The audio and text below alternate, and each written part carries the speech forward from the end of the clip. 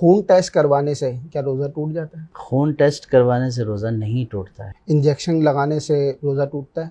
Injection لگانے سے روزہ نہیں ٹوٹتا، لیکن اس میں علماء کا اختلاف ہے۔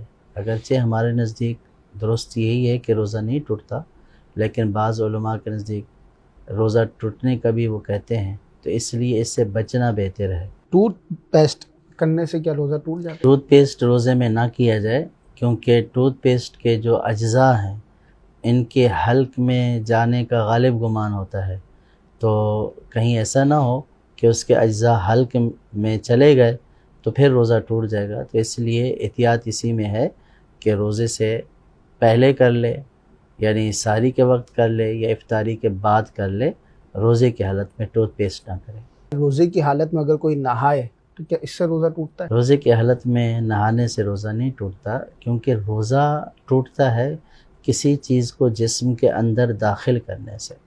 اب مالش کرنا ہے، خون کا نکلنا ہے، تھوکنا ہے، یعنی جسم سے جو چیزیں باہر نکلتی ہیں تو ان کے نکلنے سے روزہ نہیں ٹوٹتا ہے۔ اگر اسلامی بہن نے بچے کو دودھ پلایا تو کیا اس سے روزہ ٹوٹ جاتا ہے؟ بچے کو فیڈنگ کرانے سے بھی روزہ نہیں ٹوٹتا ہے۔